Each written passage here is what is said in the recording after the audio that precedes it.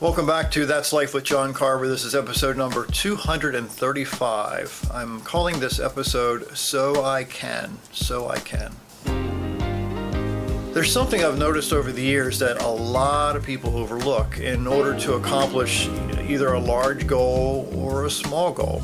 There must be a trade, T-R-A-D-E, a trade that takes place. The trade might be your fears and frankly overcoming them to help other people. The trade might be getting yourself out of bed earlier in order to get to the gym to work out to make sure you stay in shape physically and mentally, by the way. The trade might be making difficult relationship decisions in order to live a better life. In my world, setting boundaries is a habit that's essential to reach any level of success. Boundaries include staying away from complainers, from whiners, from those who shoot down your goals and your dreams. It's like spending time with someone who has the flu. In time, if you're not careful, you're going to get the flu. There's a bigger trait, I think, that involves everyone most of the time. You and I have the same amount of moments in every day, the same amount, from where you live to where I live.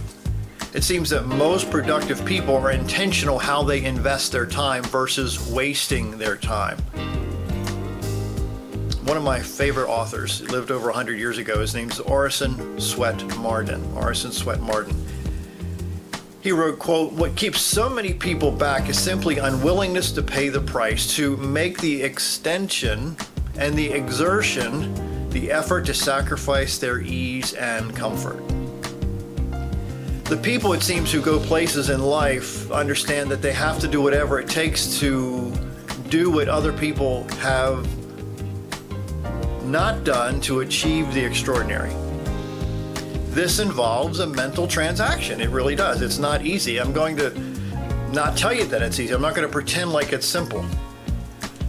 But many people believe that the ultra successful don't have to push themselves to make them do the things that they don't feel like doing. But that's not the case, I can assure you of that. The discipline of making yourself do what's not fun in order to receive a greater reward is paramount if you want to pull yourself to the next level. But you have to commit to 1 hour at a time. For some of us, it's 5 minutes at a time. It's the price you need to pay if you want to reach any level of success, whatever that looks like. It's a huge investment in your own internal dialogue that you're going over in your own mind.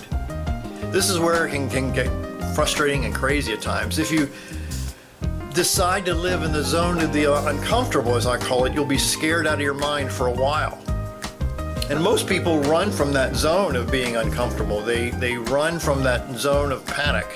But very few ever reach the level of success that they deserve without going through that valley of being uncertain. It happened to me when we started the TV shows. And it reached very quickly 1.7 million homes a week that we were broadcasting with these types of inspirational, motivational, educational tapes and showings and stories. If you think of it as maybe identifying a why that's so big that it pushes you past the times of not feeling like it. Again, your why needs to be bigger than your emotion of not feeling like it. The why gives you the reason to achieve the what in your life. It's an incredible mind game, frankly, that's worked for me over the years. In fact, I learned this technique from Simon Sinek. Paint a mental picture of what your life should look like and what you want it to look like in the next year. Put a date on it and start taking steps to get there.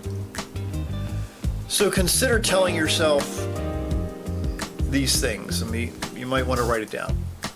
I will do blank. Again, I will do blank so I can have or achieve blank, then go do it. Again, I will do blank so I can have or achieve blank, then go do it. I will do blank so I can achieve blank. Fill in your blanks. You have the power to live an extraordinary life, but you have to create it by what you do and what you think every single hour of every single day. My name's John Carver. Thanks for watching.